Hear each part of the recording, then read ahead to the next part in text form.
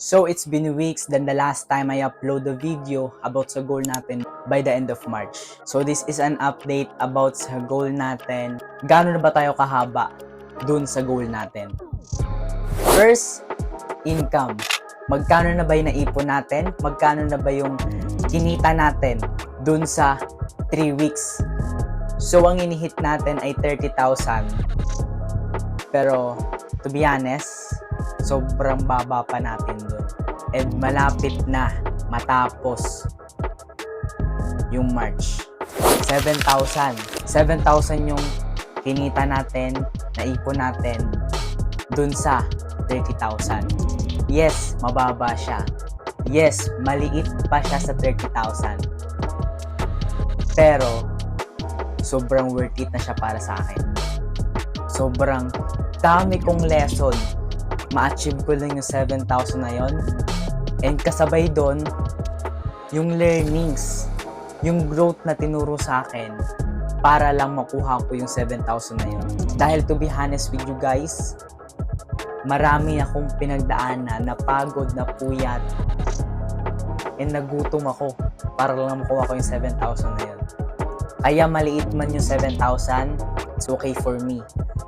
Dahil yung 7,000 na yon ay pinaghirapan ko. Yung 7,000 na yon, natuto ako kung paano kumita ng pera. How far did we grow? Simula nung ginawa ko yung content journey ko, kasabay nung day 1 and challenge ko sa sarili ko, sobrang dami, sobrang laki ng grow ko sa sarili ko. Mas nag-improve ako, mas nag-focus ako sa dapat kong gawin. Yes, nadi-distract pa rin ako. Pero from now on, pinapractice ko ng umiwas sa distraction. Kasi ayaw ko sa mga distraction. Like, yes, mahal ko ang basketball, pero nadi-distract ako sa basketball. And yung growth ko, simula nung ginawa ko to, sobrang laki ng in-improve ko. Kaya from now on, hindi ko to titigil. Since na-challenge na ako, na-challenge ko na sarili ko, ipagpapatuloy ko to. No matter what happen, I will do it this every day and every challenge na hiset ko sa sarili ko. So, what's the lesson from this week? Ang lesson this week ay kung seryoso tayo sa goals natin, sa dreams natin, and sa vision natin, maraming opportunities ang darating.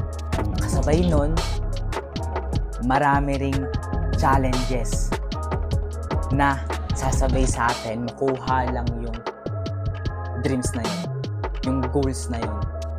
And that's challenged me a lot.